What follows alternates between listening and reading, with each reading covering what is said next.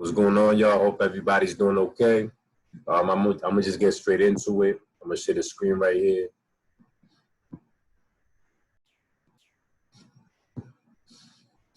Yo, this link right here is gonna be the death of me. I swear. We're gonna click it again. See what Forbes decides they want to do. All right, so we're gonna run through this right quick because this link is giving me issues. So, this is an article from 2017.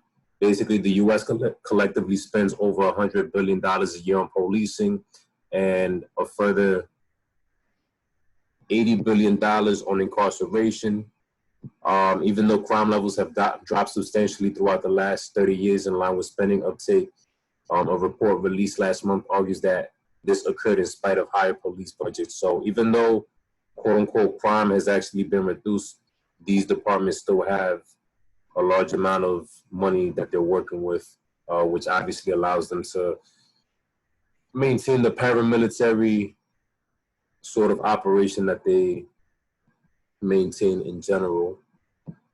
If we're looking at the top police departments, New York is up there at almost $5 billion in total police spending. Los Angeles is right there at 1.5 billion almost. This is crazy, yo.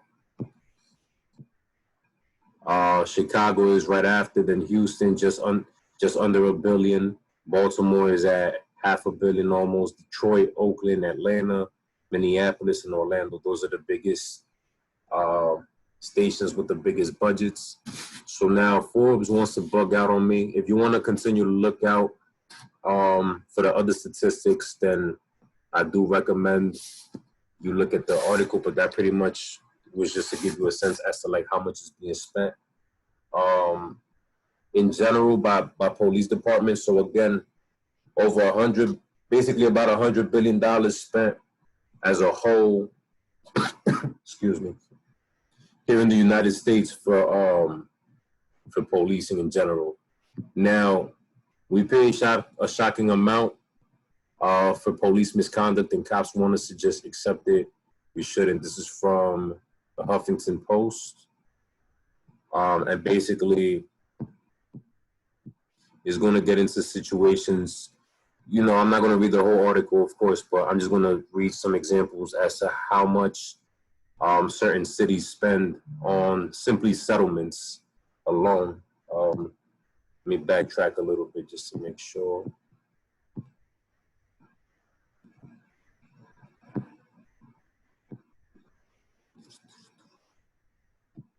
Okay, yeah, so we're going to go on a case-by-case basis just to kind of look real quick at how much is spent on settlements.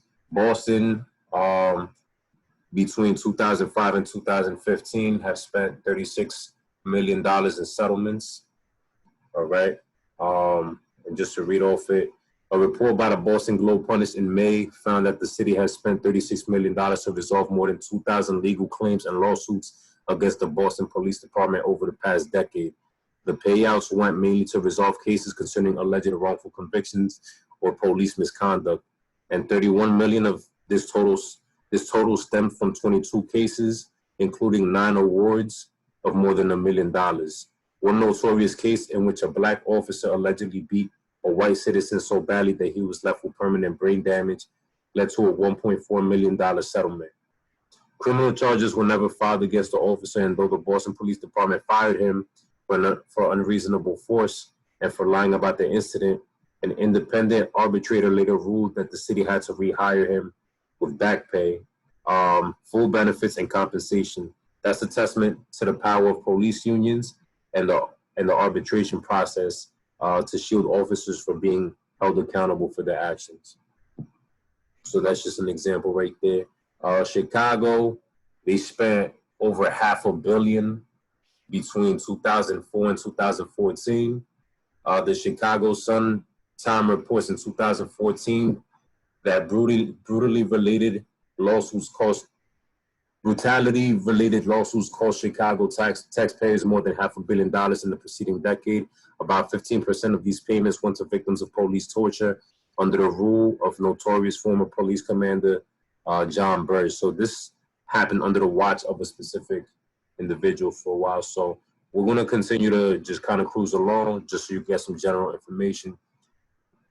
Cleveland between 2004 and 2014 spent $8.2 million in settlements, all right? And it's pretty much going to be similar cases. Dallas, they spent $6.6 million between 2011 and 2014. So you're talking about a 4-year time frame, right? Because you got to include the year 2014 itself. Denver, $12 million since 2011, and this article was, what, 2015, I believe it said. And again, you're just talking about cities, right? You're not even talking about like the state as a whole, like Denver, Colorado, or, you know, Massachusetts, or, you know, you're just talking about like some of the big cities in the country. Los Angeles between 2002 and 2011. Now, I'm not even gonna lie, to me, $101 million, that's surprisingly low.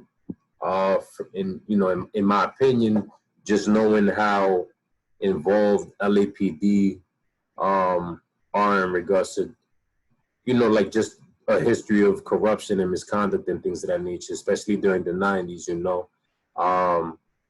And so this is actually not as bad a number as one would think, because LA has one of the biggest police departments in the country as well.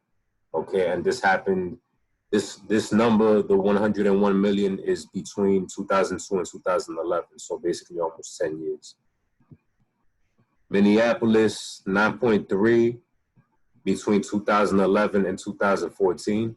So that happened in 4 years, and then you're comparing, you know what I mean? It's 101 million is still a lot, you know, don't get me wrong, but for a big city, you know, that's, you would think it's higher. New York City between 2006 and 2011, right? So not even a full decade. You basically had over $300 million in settlements, okay? So reading off this, NYU Law Review found that New York City taxpayers were left to pay settlements and judgments totaling $348 million in 6,000 plus cases alleging civil rights violations by police over a 5-year period. The sum included a more than $7 million settlement awarded to family and friends of Sean Bell, an unarmed black man killed by officers on his wedding day in 2006. Officers were ultimately acquitted on all charges stemming from the innocent, though the NYPD eventually fired one officer and forced 3 others to resign. So, you know, obviously New York is the top department with the most money, but at the end of the day, that's still taxpayer dollars, over $300 million spent just within a 5-year gap. And obviously, if you was to expand that to 10 years to a decade, you'd be talking about close to $1 billion in settlements. You know what I'm saying? And obviously, settlements continue to happen. Khalif Browder's family was awarded, I think, $3+ million. Eric Garner's family, you know what I'm saying, went through a settlement. There's just a bunch of different cases that continue to pop up, you know what I'm saying? And that's kind of just like the state where the police department is at. Oakland, between 1990 and 2014, $74 million in settlements. Philadelphia, between 2009 and 2014, at $40 million in settlements. And that's kind of like the general big cities and their operations and things of that nature. So we could see a lot of money is spent on all this. And obviously that's coming out of taxpayer dollars. The money that you spend, or the money that you're earning, that when you see the deductions and all that, and you're like, wait, why so much got taken out for my taxes? A portion of that, of course, goes to, to officers and to police departments. And now this is the interesting thing right here. So this is a request for budget that was submitted by the U.S. Department of Justice. This is fiscal year 2019. This was just a request for budget, okay? So, but it's just for you to get a sense as to how much is allocated for what. And this is a pretty lengthy document, but I'm just going to focus on certain parts, run through them real quick, and then get into the sentencing aspect of the class. But if we look at some of the budgets or what's being allocated in regards to the budget, and these figures are in millions. So you have over 14 million being allocated into law enforcement. You have over 3 million allocated into litigation, which is basically legal services and, you know, court and stuff like that. Over 8 million allocated to prisons and detention. Over 1,500,000 to state and local assistance, and then basically the rest is for other. Now, the interesting part right there is the litigation part, because they already know that they can't just put money into the law enforcement side or into the prison and detention side of things. Obviously, the court system is an important aspect, but we see how little money is being allocated to it, right? But that could include different things. That could be lawyers, not only meaning public defenders and things of that nature, but that could also mean basically the lawyers that would defend department representatives and things of that nature. So you have here $4.7 million for the U.S. attorneys to provide for 75 paralegal and support positions to support increasingly complex caseloads. So you're only talking about just a segment or a small population of people right here, 75 paralegals. You know, obviously each paralegal, you're probably talking about they're making over 40K on an annual, like if you're talking about on the federal level. But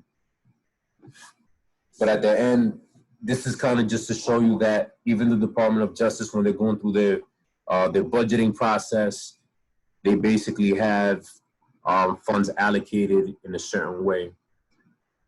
For fiscal year 2019, they're basically comparing the dollar amounts from previous years. So fiscal year 2018 annualized continuing resolution, fiscal year 2017 enacted. So basically the numbers that already happened in 2017, the numbers that they're still going through in 2018, fiscal year 2018, and then the number that they were requesting for 2019.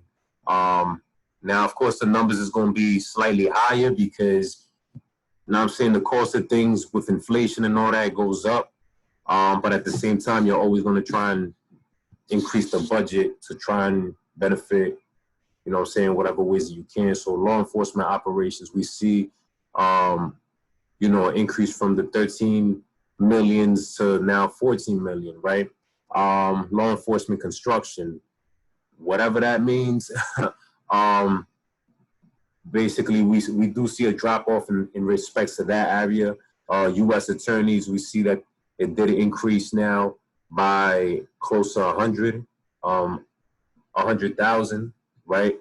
Then we see litigating components. It slightly increases as well, but it's pretty much steady for the most part.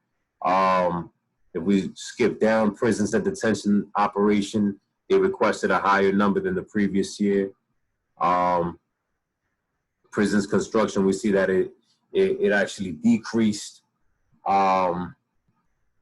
State and local grants, presumably that could be grants that departments have for when they want to hire third-party individuals to come in and do a certain work, but for whatever reason, it's lower. And yeah, overall, the number at the bottom, the net value of all this is pretty much about the same as the other years. They're pretty much just picking and choosing which spots they want to increase and decrease and stuff like that. And of course, you could continue to check out the rest of this. It's a pretty lengthy document, like I said, but I just wanted you to kind of get a sense that, you know, everything is money, including law enforcement. You know, people are focused on the, you know, what happens in the streets and things like that. But law enforcement pretty much is a business. and it has to operate like one in all ways, shapes, and forms. Now, if we're talking about mass incarceration and sentencing, we have spoken about it before, basically 2.3 million people behind bars. If we talk about parole and probation combined, you're talking about over 4 million people in addition added to that. So you have 6 million plus people who are just under correctional control in general, right? The reality is that the majority of people who are incarcerated are people of color. One in 5 incarcerated people are locked up for drug offenses, all right? And basically here it kind of just shows the breakdown as to where they end up, you know, the number of people that end up in state prisons, local jails, and federal prisons, things of that nature. But what I really wanted to get into, let me see.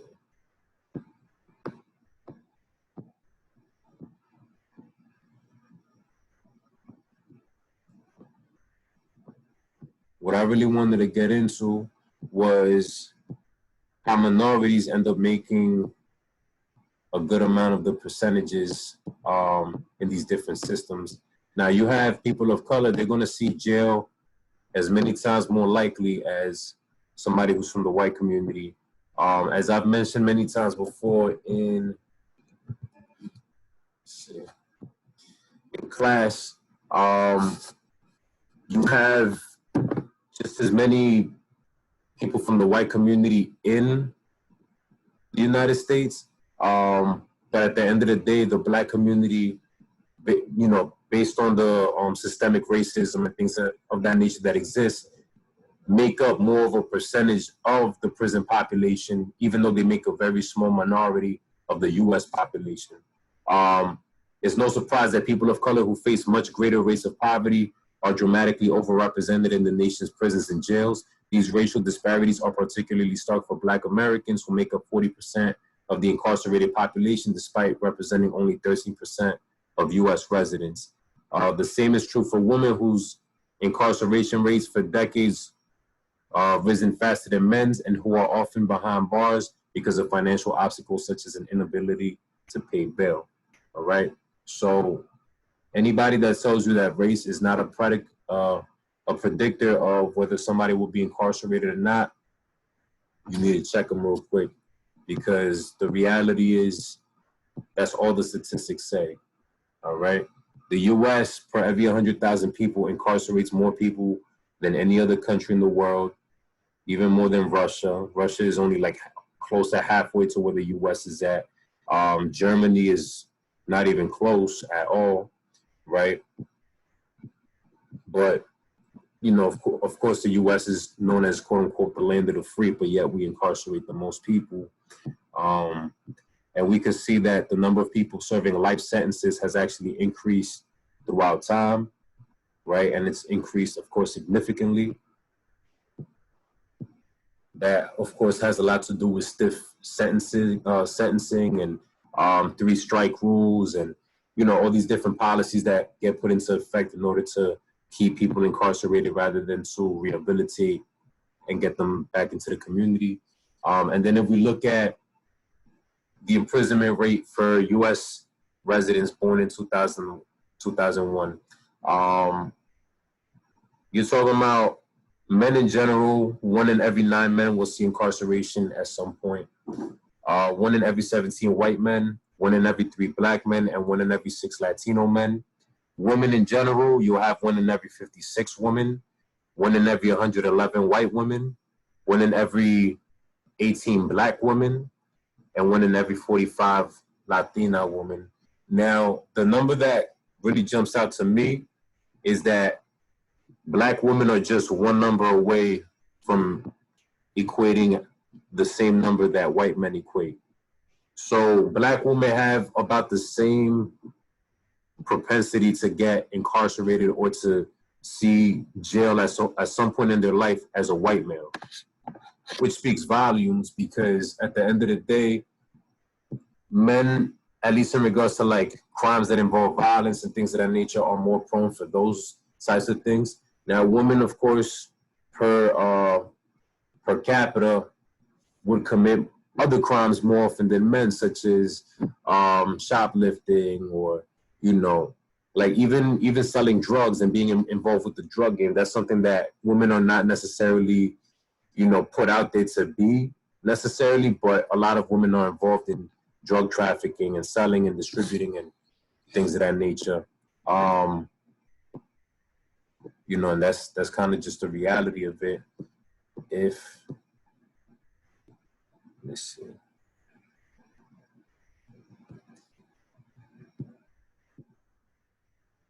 Yeah, I mean, that's pretty much what we're gonna go over. But yeah, like it kind of just shows it shows basically the disparity that we already are familiar that exists. Because again, just like we saw in the documentary 13th, the criminal justice system is not necessarily built for the purpose of correcting or rehabilitating. There's no way that any person that steps into one of these facilities is going to come out better unless they have already determined within themselves that that's what's going to happen. But a lot of these individuals, they don't even have basic life skills. They don't know how to read. They don't know how to write in many cases.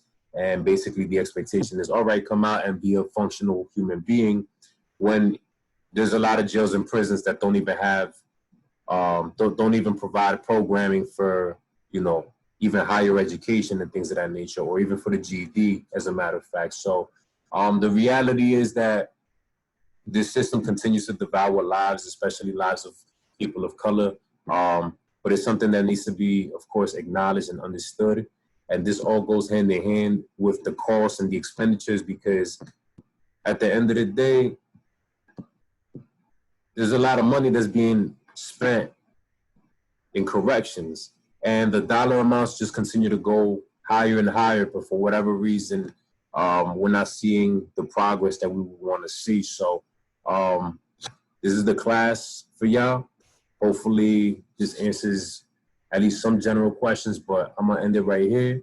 And if you got any questions, you already know you can send me an email or just hit me through IG. Have a good one.